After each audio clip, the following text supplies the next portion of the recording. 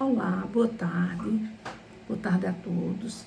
É mais um prazer estar aqui, mais uma vez, trazendo para vocês um conteúdo novo. Esse conteúdo é inspirado no livro Pare de Tentar, Comece a Fazer, de Júlia Cristina, esse livro aqui. E ele vai abordar bastante sobre a diferença entre sentimentos e emoções e todo o nosso percurso em descobrir e aprender a como lidar com os nossos sentimentos, bem como com as nossas emoções. Primeiro tópico, como nossas emoções e nossos pensamentos tomam conta das nossas vidas. Veja, nós temos emoções o dia inteiro, o tempo todo, mas se não tivermos controle sobre essas emoções, elas tomam conta de nós e elas podem se tornar até mesmo opressivas. É interessante destacar que nós não fomos educados, não fomos treinados para aprender a lidar com as nossas emoções. Essas emoções, elas, embora intensas, elas aparecem de várias fontes e nós não temos uma habilidade para lidar com essas emoções. É interessante destacar também que às vezes podemos até mesmo ficar confusos com as emoções, sem entendermos exatamente que tipo de emoção estamos sentindo. Se é medo, se é raiva, se é pânico. Então precisamos entender. Vamos dar continuidade. O problema com as emoções. A questão das emoções, ela tem um histórico bem mais profundo. É só pensarmos como as emoções eram tratadas quando nós éramos crianças. E aí a gente perpassa por um histórico da nossa própria vida enquanto crianças. Será que nós aprendemos a lidar com as emoções porque nós lidamos com pessoas bem equilibradas, pessoas ajustadas, pessoas que não esbravejavam, que não brigavam, que não se agrediam, seja física ou emocionalmente? Será que foi essa a instrução que nós tivemos? Porque se não foi essa a instrução que nós tivemos, nós estamos no outro extremo, ou seja, naquele extremo de que nós não aprendemos de maneira nenhuma a lidar com as emoções. De acordo com as expectativas, tanto culturais como sociais, quando nós falamos de nós, seres humanos, nós falamos também da nossa origem. Enquanto os primeiros homens tinham um cérebro primitivo, eles também eram obrigados a lidar com emoções, e eram emoções bem reais, porque eles precisavam lidar com o medo, com o pânico, e principalmente isso para eles era uma situação de salvação, ou seja, se eles não dessem atenção a essas emoções, poderiam morrer. Então, nós fomos criados sob o estigma também disso, que esses primeiros humanos aprenderam, que é o estigma da luta e da fuga. Nós também fomos treinados sobre isso. É interessante destacar, por exemplo, um hormônio, que é o hormônio da adrenalina. Isso é para nos lembrar de que tudo isso que nós aprendemos, nossos primeiros representantes aí, são passados através do DNA. Então, são recepções fisiológicas ou neurofísicas. Então, nesse sentido, vale destacar o papel da adrenalina, por exemplo.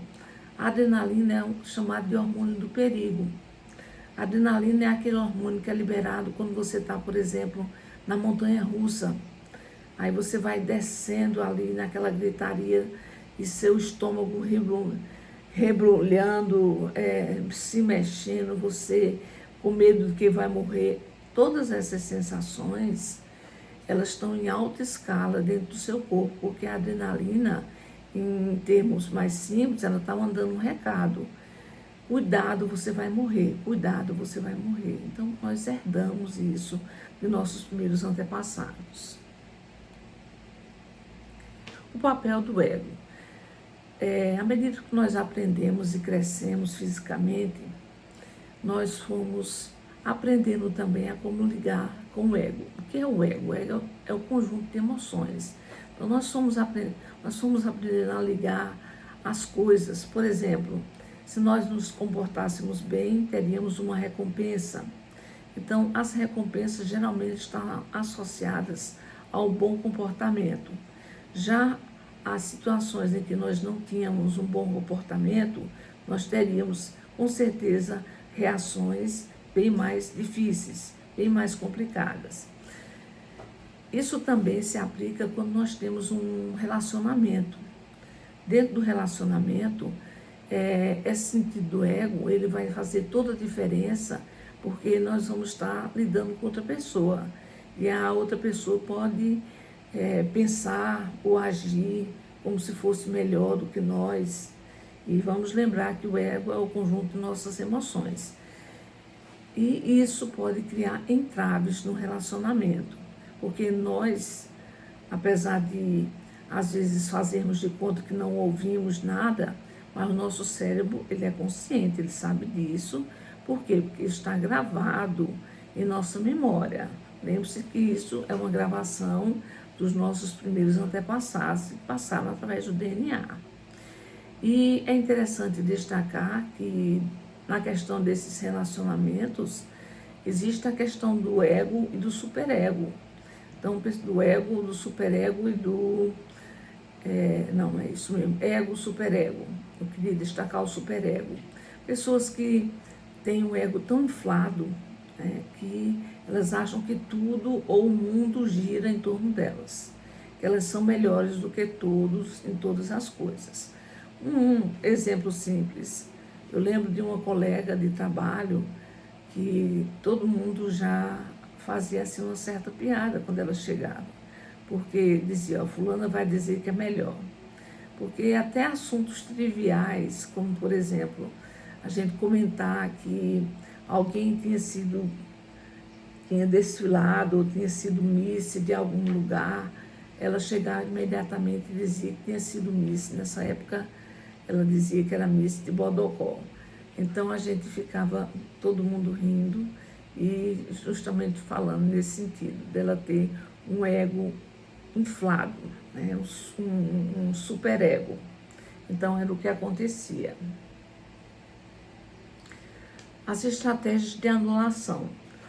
Quando o nosso cérebro antigo, que é justamente esse cérebro primitivo, ele traz à tona esses instintos que foram nos passados justamente através do nosso DNA e que agora chega até nós ou nos desenvolve através do sistema fisiológico, através do lançamento de hormônios. É interessante destacar que se nós não ficarmos atentos a essa questão do nosso cérebro, ele pode despejar uma sensação de emoções e essas emoções causarem aflição na gente. E, na realidade, essas emoções são apenas sentimentos, mas que o nosso cérebro comanda muito bem. Nós não podemos fazer como nossos antepassados, fugir fisicamente das situações.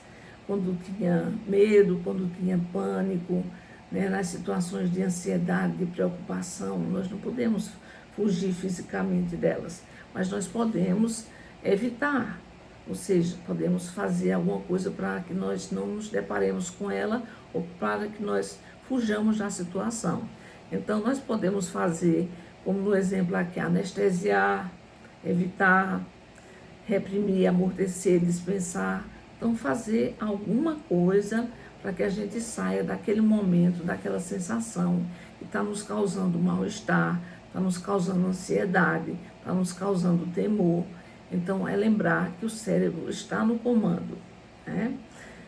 Outra coisa muito importante é a gente pensar qual foi o fator que desencadeou, a questão.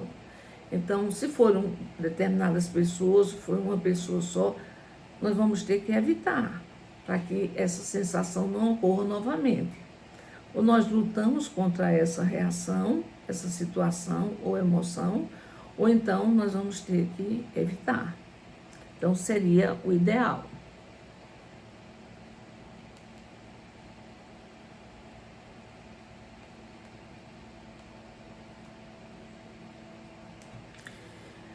sentir e agir. Não precisamos ter, e nós temos isso, que é justamente vergonha de sentir as coisas, de pensar que nós estamos errados, de pensar que estamos certos. Nós vamos errar, ou muitas vezes, ou de vez em quando, mas nós vamos errar. Então, o que nós precisamos ter cuidado é com a vergonha. A vergonha que vai nos trazer uma inibição. Mas a vergonha de falar, de certa forma, ela é normal, mas ela precisa ser trabalhada. Porque essa vergonha também é um sentimento humano que nós herdamos. Então, a vergonha também está bem guardadinha no cérebro e ela vem à tona em situações. Por exemplo, é muito comum pessoas que não conseguem falar em público, né? Então, tem medo de falar diante das pessoas, tem vergonha de falar. Então, isso acontece porque está bem guardadinho esse sentimento lá no cérebro. Agora, fazendo algumas conclusões dessa primeira parte que nós vimos. Nós aprendemos algumas coisas e agora vamos chegar às conclusões do que a gente aprendeu. Primeiro, a maioria de nós não sabe lidar com as emoções, principalmente emoções difíceis, porque, como aprendemos, nós não fomos incentivados a desenvolver essa capacidade. Nós fomos criados em ambientes que não nos ensinaram a enfrentar as emoções. A maioria dos nossos atos é determinada pelo nosso desejo de encontrar o prazer e evitar a dor ou o possível desconforto.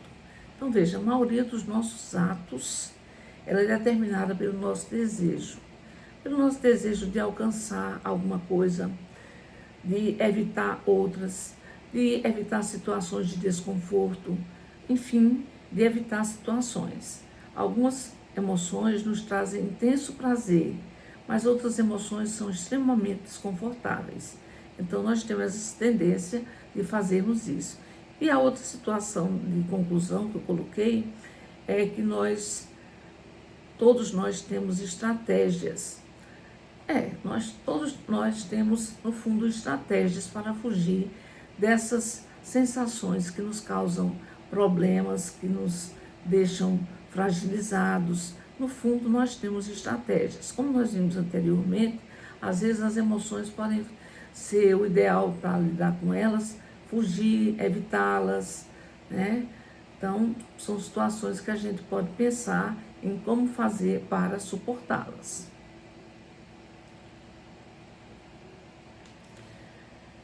Todas as emoções existem por um motivo.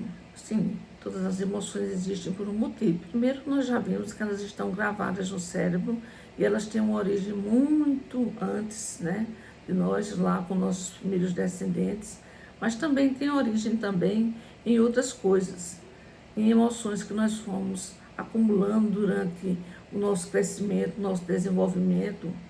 E por essa razão, se nós ficarmos levando o nosso tempo em julgar essas emoções, vamos só estar realmente perdendo tempo. Esse julgamento não vai nos levar a nada. Vamos lembrar que as emoções, elas são estados biológicos. Então, está totalmente ligada à neurofísica e, por essa razão, estão bem arraigados no nosso cérebro, tem uma origem muito antiga. Nós acumulamos mais emoções quando éramos crianças, acumulamos quando éramos adolescentes e até mesmo adultos. Então, essas emoções, elas não desaparecem simplesmente com uma atitude, com uma maneira de pensar. Não, elas são situações que estão arraigadas em nosso cérebro e precisam de um tratamento ou de uma maneira de combatê-las que seja mais frutificada.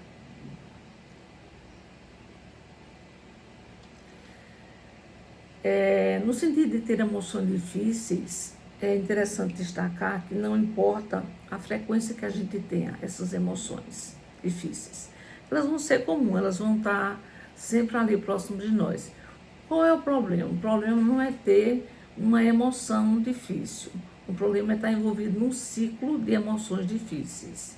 O problema não é ter um pensamento negativo. O problema está envolvido num ciclo de pensamentos negativos.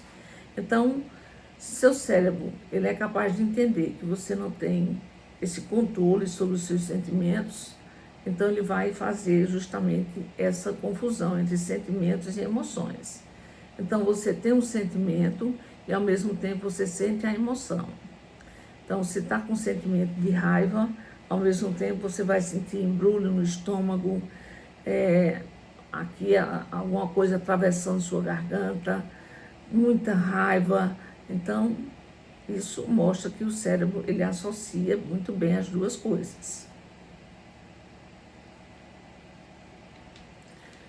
O nosso cérebro é interessante. O nosso cérebro, né, como o cérebro de todos os seres humanos, é uma criatura de hábitos. Costumamos dizer assim, é uma criatura de hábitos. Por quê?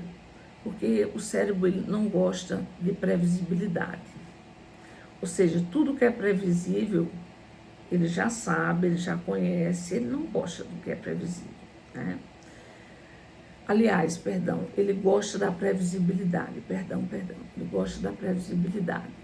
Tudo que tentamos fazer que seja diferente, né? Seja diferente do que o cérebro está acostumado, ele vai tentar boicotar. Então, por exemplo, se notamos que estamos dando respostas emocionais contrárias ao que o cérebro espera, ele vai nos dar sentimentos diferentes. Por exemplo, se nós estamos magoados, então ele vai trazer sentimentos de mágoa. Isso pode até se transformar em sentimentos físicos, dor, né?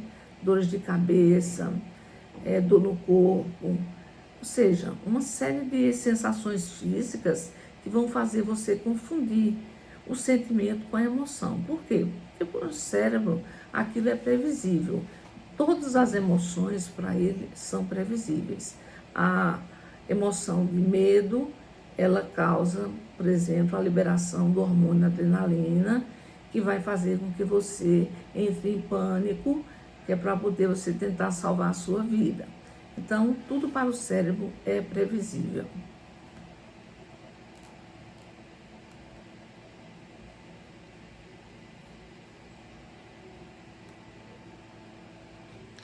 Como vivenciar seus sentimentos? É interessante destacar que muitas das nossas emoções nós conseguimos identificá-las facilmente, mas tem outras emoções que a gente não sabe identificar, a gente fica se perguntando exatamente o que está sentindo, né? Talvez a gente também tenha notado que as emoções negativas são mais difíceis de serem controladas.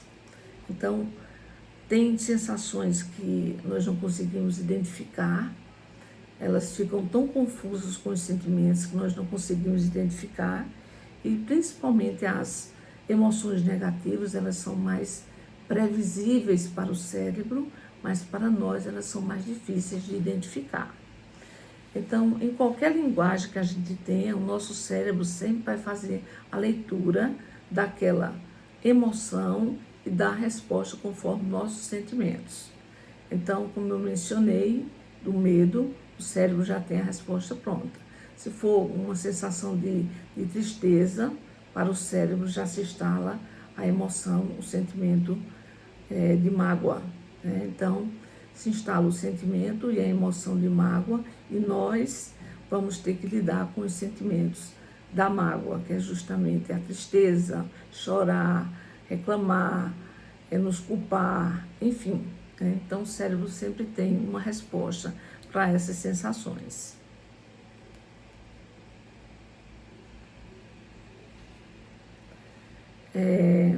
Apesar de muitas pessoas, podemos até dizer assim, eu acho raro, mas apesar de muitas pessoas não pensarem dessa maneira, mas nós vivemos num mundo onde as pessoas estão muito estressadas. E o estresse, ele vem de diversas causas, né? O estresse vem do trabalho, o estresse vem de situações rotineiras, relacionamentos, famílias, trabalho, enfim, não há motivos suficientes para destacar o que é necessário para se ter situações de estresse, né? Mas para controlarmos essas sensações, essas emoções que fazem com que nós desencadeemos o estresse, nós temos que fazer com que o nosso cérebro dê um passo para trás. Vamos lembrar mais uma vez que o nosso cérebro é previsível. Então, ele, para todas as emoções, ele já tem todos os sentimentos que serão desencadeados. Lembrando que emoções e sentimentos são duas coisas diferentes. As emoções, elas estão guardadas lá no cérebro, são herança dos nossos antepassados. Nós adquirimos essas emoções enquanto criança, enquanto adolescente, enquanto adultos. Já os sentimentos, eles são gerados pelas emoções, são sintomas das emoções. Então, quando a gente pensa dessa forma, a gente passa a pensar o seguinte: que o cérebro, ao dar um passo para trás, ele vai perder a previsibilidade.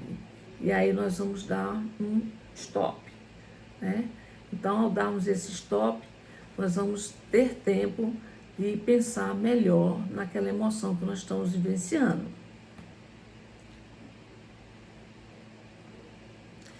Os pensamentos por trás dos sentimentos. Veja, nós temos emoções, agora já vimos emoções, sentimentos, agora temos pensamentos, né? As reações emocionais, elas não estão realmente ligadas às suas experiências com você mesmo, com o ambiente em que você vive, com seus amigos, seus parentes.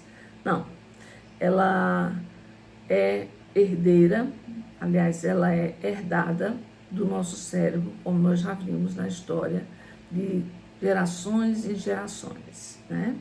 Então, o nosso cérebro é que é responsável pelas sensações que nós sentimos associadas às emoções. Então, sensações como felicidade, vergonha, mágoa, preocupação e raiva também são reações fisiológicas e não são realmente responsáveis por nada. Sim, essas reações, quando nós estamos felizes, quando nós estamos com vergonha, com mágoa, preocupação e raiva, são reações que são naturais ao corpo, são reações que estão atreladas à liberação de hormônios, então são fisiológicas. Então, elas não são responsáveis por nada que acontece conosco. Então, vamos lembrar que o pico alto mesmo são as emoções que estão guardadas no cérebro. Agora, de onde vêm nossos pensamentos? Bom, o nosso cérebro, ele está sempre tentando entender o mundo à nossa volta, né? Para ele é muito interessante entender, porque ele pode criar histórias que visam dar sentido para nós sobre tudo o que está acontecendo à nossa volta, né? E essas situações, interações e experiências, elas não são coisas novas. Elas surgem em nossa vida desde quando são principalmente jovens.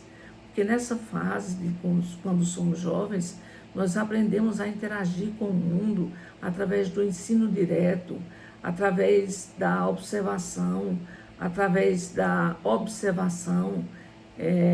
então, assim, dos exemplos.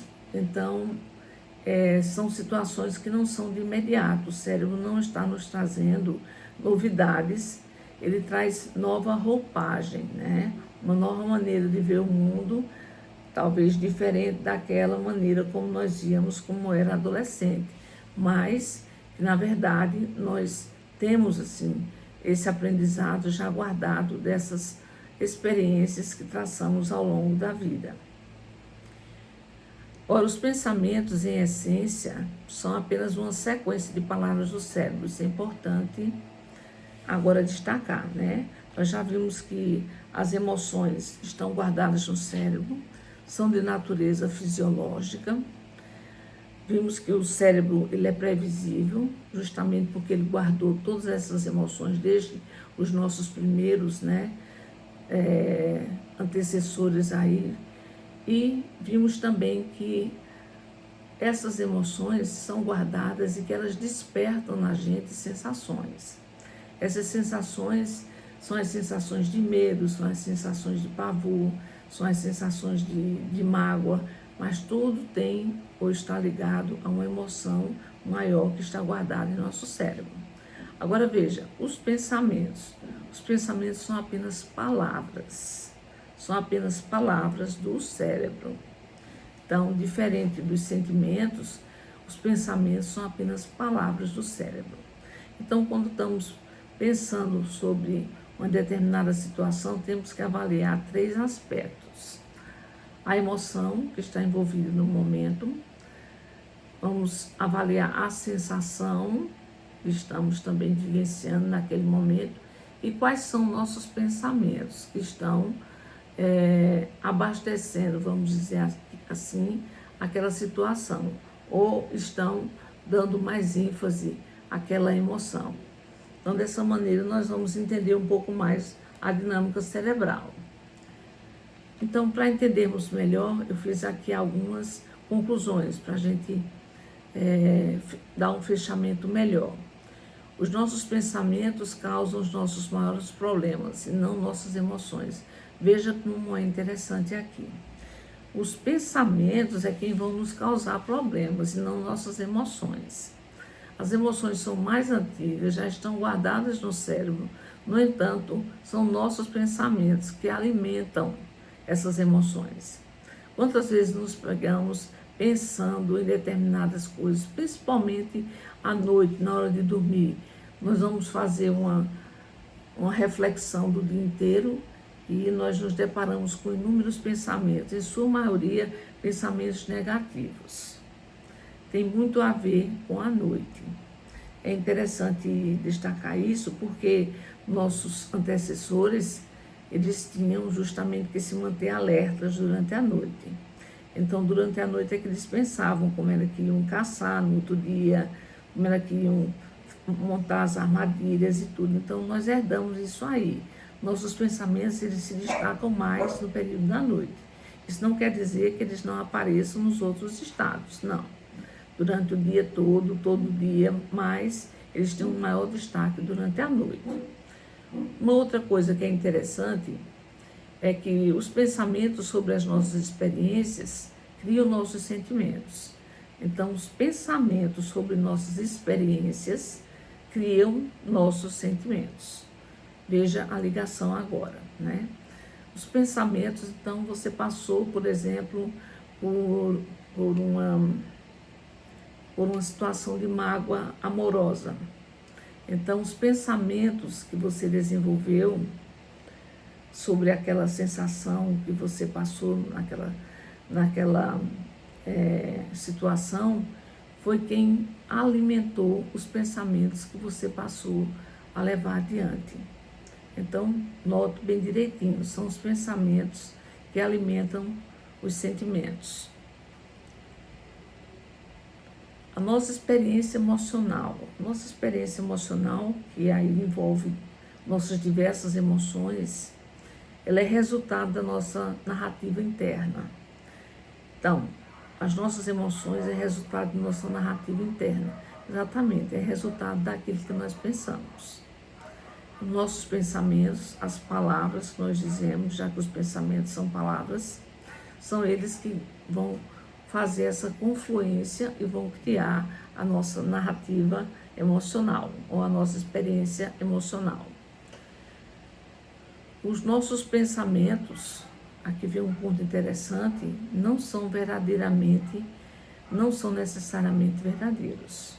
Então, aquilo que nós pensamos que nós ficamos alimentando, como eu disse, principalmente à noite, não são pensamentos verdadeiros, são pensamentos que estão surgindo ali naquela situação, porque você está muito envolvida na emoção e aí surgem os pensamentos, né? Vamos lembrar mais uma vez, nós temos emoções, sensações, sentimentos e pensamentos. E os pensamentos, né, nós já vimos aqui, que são apenas as palavras do cérebro.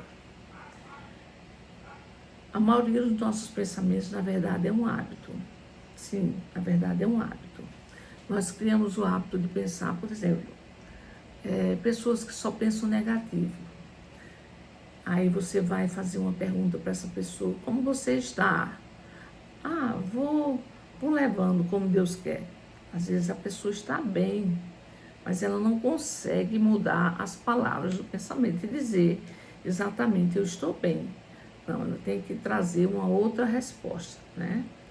Ou às vezes está tudo bem e a pessoa, e aí, está tudo bem em relação ao trabalho? Está finalizado? Estou aqui tentando. Quando tudo já está pronto, tudo finalizado. Então, são as palavras, né, que fazem com que a pessoa desenvolva hábitos. Então, por isso que tem pessoas que sempre falam palavras positivas, mas tem pessoas que, pelo contrário, sempre abrem a boca para falar palavras negativas. E aqui a gente adentra num pormenor que é sobre o poder das palavras, né? As palavras têm um poder imenso. Se as palavras negativas, aí entra a história das pragas, né? Que as pessoas acreditam que pegam, então do mesmo jeito pegam as palavras positivas. Então, se as negativas pegam, não é melhor dizer positivas, as palavras positivas voltam para você, voltam e trazem coisas boas para você. Agora, as palavras negativas vão trazer mais daquilo que você está achando ruim. Então, está achando ruim isso aqui, vou trazer mais do que isso. Então, não agradece, por exemplo, uma refeição.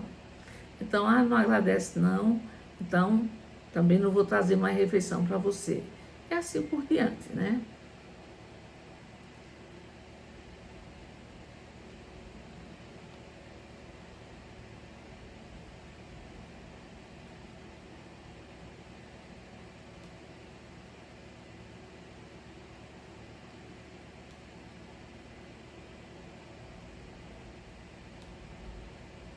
A autocompaixão.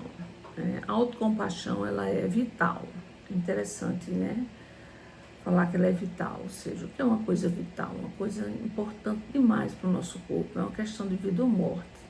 Então, a autocompaixão, ela está nesse patamar aí. Então, não importa o quanto nós tentemos, nós nunca vamos aprender a cuidar dos nossos pensamentos sem utilizar a autocompaixão. Essa autocompaixão é com nós mesmos, porque às vezes nós somos extremamente críticos com nós mesmos. E prestar atenção aos nossos sentimentos faz com que o nosso cérebro também fique mais atento, porque ele vai perceber que nós estamos mais antenados, estamos prestando mais atenção exatamente às sensações e que nós podemos quebrar algum padrão, né, que ele estabeleceu. Vamos lembrar que ele é previsível, né?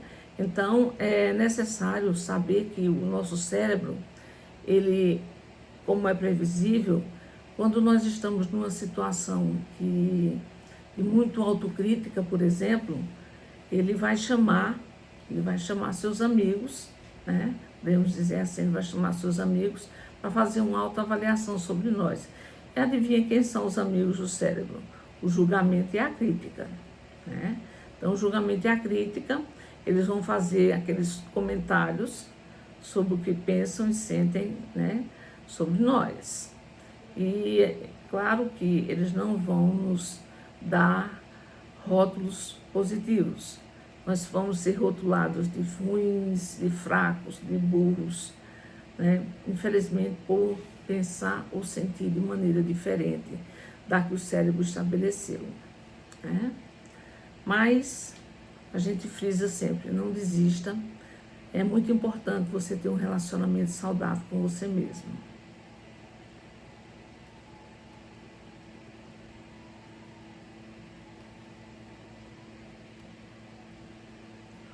Vergonha.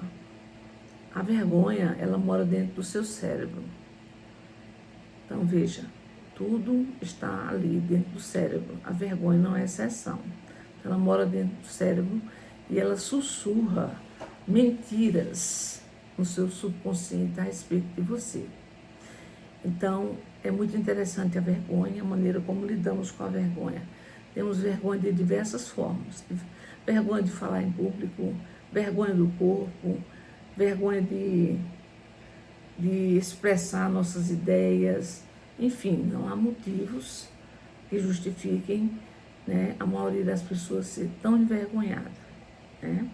Então, a vergonha, ela faz do ser humano indigno, ou seja, esse é o julgamento do cérebro. A vergonha julga o ser humano indigno. Por quê? Porque ela vai fazer com que nós pensemos: você é menos amável, você é menos importante, menos capaz, menos competente, menos significativo do que os outros. Veja que a vergonha, pelo fato da pessoa não enfrentar a vergonha, então você mesmo vai sentir-se autocriticado. Você vai pensar: eu sou mesmo insignificante, eu sou mesmo, eu não mereço ser amado, eu sou menos inteligente mesmo, fulano é mais inteligente do que eu não tenho capacidade.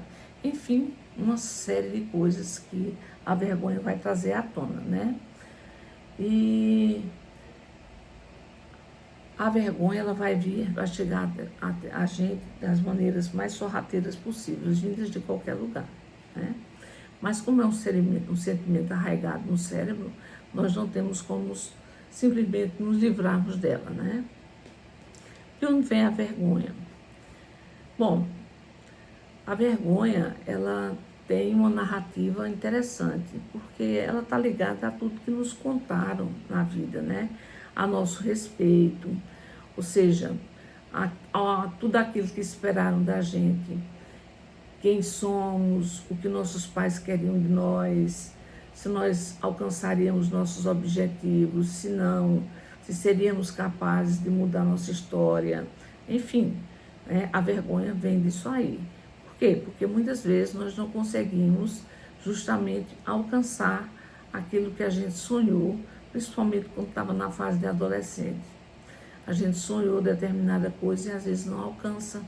Então, a vergonha vem daí, de termos fracassado. Mas não é que nós fracassamos, é o que o nosso cérebro incute em nós que nós fracassamos. Eu dou um exemplo meu mesmo.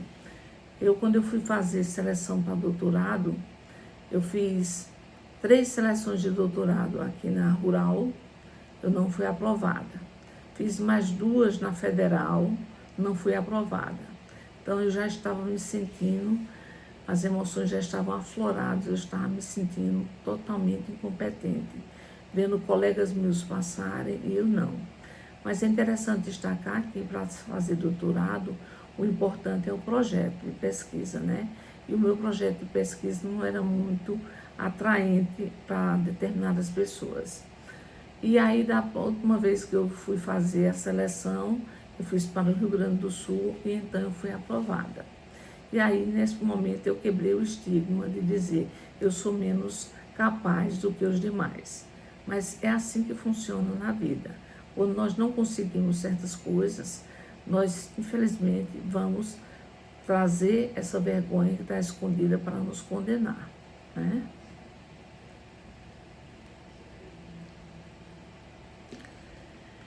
É interessante destacar, e eu fiz uma anotação aqui para a gente fazer uma comparação.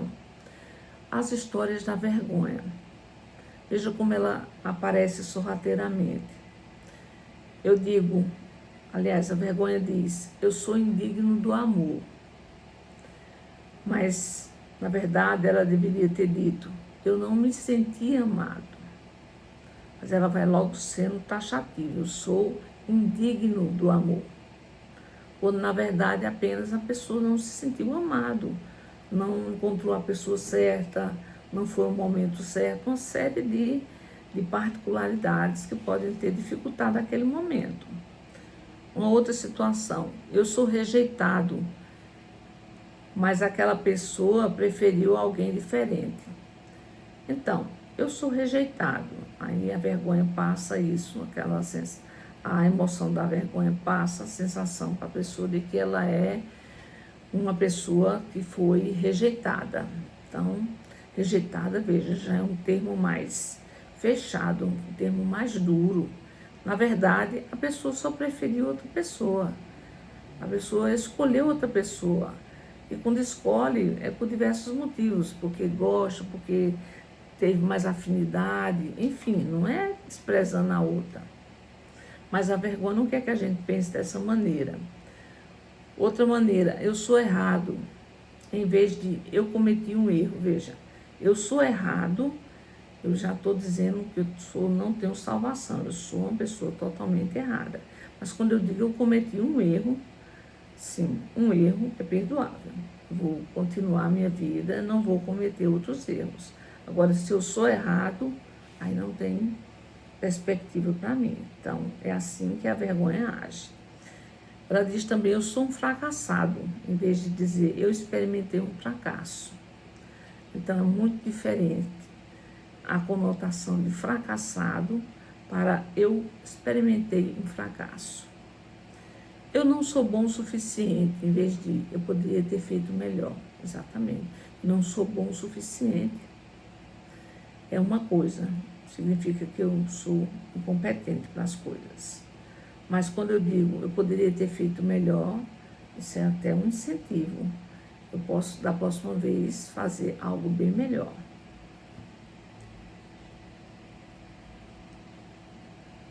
As mulheres e a vergonha. É bem interessante falar nessa temática, porque assim, nós mulheres sempre fomos escravas da sociedade. Seja essa sociedade patriarcal, a sociedade matriarcal em algumas regiões do mundo. Por quê? Porque nós sempre fomos escravos da beleza, nós sempre fomos julgadas pela beleza. Então sempre foi aquilo. Né? Desde criança nós somos criadas para ser bonitinhas, apresentáveis, temos que ser as escolhidas. Quando você tem uma amiga, quando você é mais bonita, a amiga é mais feia, infelizmente, dizendo esse estereótipo que eu nem gosto, mas já existe ali uma seleção natural, uma vai ser paquerada, a outra não vai ser. Então, as mulheres, elas sofrem muito com essa questão de padrão de beleza.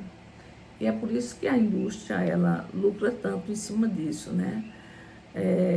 Colocando aí no comércio uma série de produtos de beleza, uma série de tratamentos, tudo para que a mulher atinja, né, o padrão de beleza que a sociedade exige.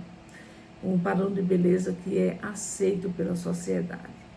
E não adianta dizer que hoje, como a gente escuta muito, que existe a inclusão, né? A inclusão, os padrões de beleza sempre vão estar aí.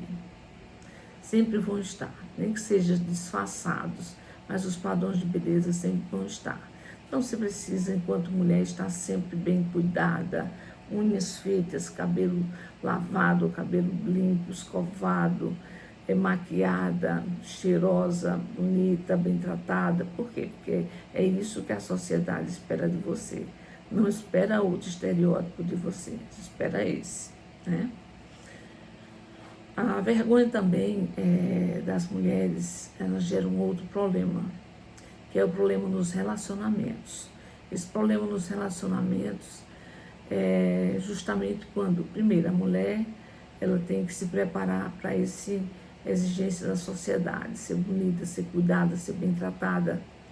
Mas a mulher também, diante desse padrão de vergonha, a mulher vai ser medida, porque ela vai pensar, uma das emoções dela é pensar o quanto ela é digna do amor. Então, muitas vezes, a gente vê aí, está cheio de notícias desse tipo, né? Que a mulher ama alguém, às vezes eu não estou colocando nem, assim, pessoas mais humildes, estou colocando até pessoas de posição mais elevada.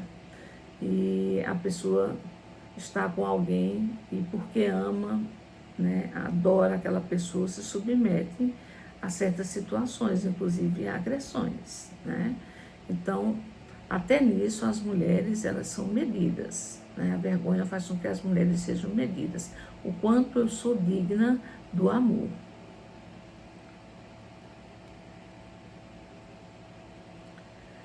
Tirando algumas conclusões do que nós aprendemos, A vergonha provém de nossa baixa autoestima. Veja que a vergonha, então, está associada à nossa autoestima, né?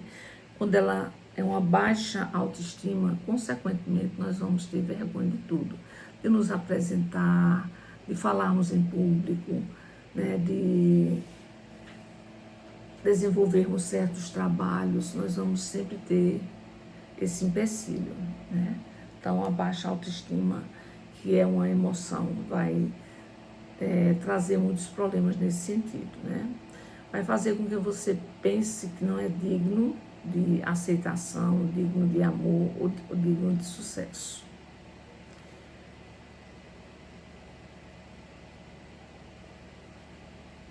O trabalho de curar a pessoa com relação a essas situações é como eu mencionei lá na frente, né? Dá um passo atrás. O cérebro, ele é previsível. Então, se eu embarco nas emoções, nas sensações, nos sentimentos e nos pensamentos, eu não vou ter saída. Então, eu tenho que, numa situação, devido à situação, eu tenho que colocar um pé atrás. Então, colocar esse pé atrás é pensar 2 vezes na reação que você vai ter. Isso porque seu cérebro vai induzi-la a reações que estão padronizadas, que já estão lá gravadas na cabeça dele. Gravadas na cabeça, né, gente? Perdão. Quem não erra, né? Reconheça quando a vergonha desencadeia expectativas nada saudáveis. É interessante isso. A vergonha ela pode despertar na gente expectativas que não são saudáveis. Vamos pensar numa mulher, né? A mulher pode ser bonita, bem cuidada, bem tratada, né? Mas ela não pode se comparar, por exemplo, com Gisele Bündchen, né? Então, é uma questão de pensar, de fugir desse estereótipo, né? Não há condições de comparação. Então, em muitas situações, nós não vamos evitar certas comparações, porque não é necessário e extremamente difuso, sem necessidade, né? Uma outra coisa importante é que nós podemos fazer e aceitar. Aceitar o quê?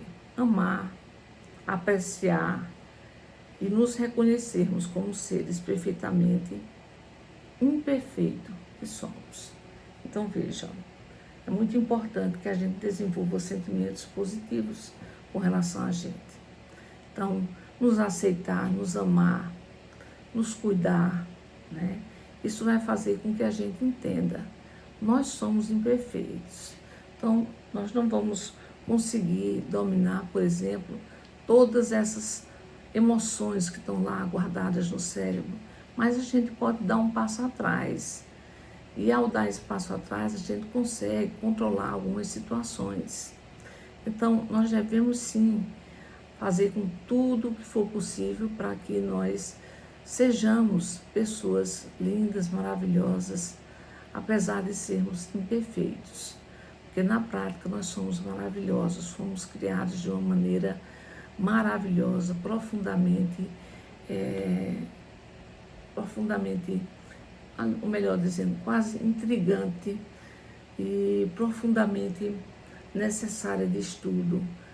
A maneira como nós somos criados, a perfeição é muito grande, né?